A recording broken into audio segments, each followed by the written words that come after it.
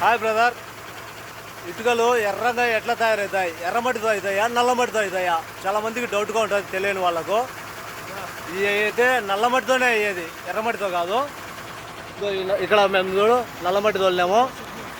ఆ నల్లమట్టి ఈ ఇటుక చూడు ఇంత ఎర్రగా అవుతుంది. అంత నల్లమట్టి ఇంత ఎర్రగా అవుతుంది. అది ఎట్లా అవుతుంది నా ఒకసారి చెప్పు.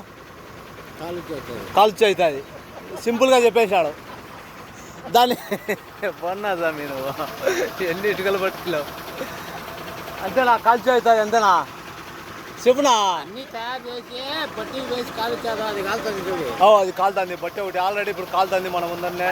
పైన ఉంది అంతా కింద ముట్టితే కింద కాలితే పైకి వచ్చి దాంట్లో వరి పట్టు. చెప్పు ఏది ఇది? ఆ ఇటుకలు తయారు కావాలంటే ప్లాయస్ వేస్తారు. ప్లాయస్ అవుతుంది. ఈ పుల్లలు ఒక టిప్పు మట్టి అయితే అది 3 టిప్పులు పడుతుంది. ప్లాయస్ 3 టిప్పులు పడుతుంది. ఇది ఒక టిప్పు మట్టికి. ముందు ఈ మట్టి తోలి ఆడ ఉండి కలటారు. గుల్ల చేసి ఒళ్ళు చేస్తారు. అవులే ట్రాక్టర్తో బుడదను ఏం లేదు, మళ్ళా ట్రాక్టర్ తిరగాలి. అవులే ఇక్కడ బట్టి అయితే ఒకటి కాలుతుంది.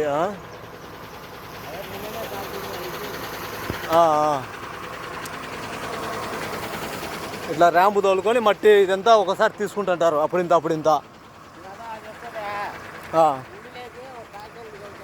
అవులే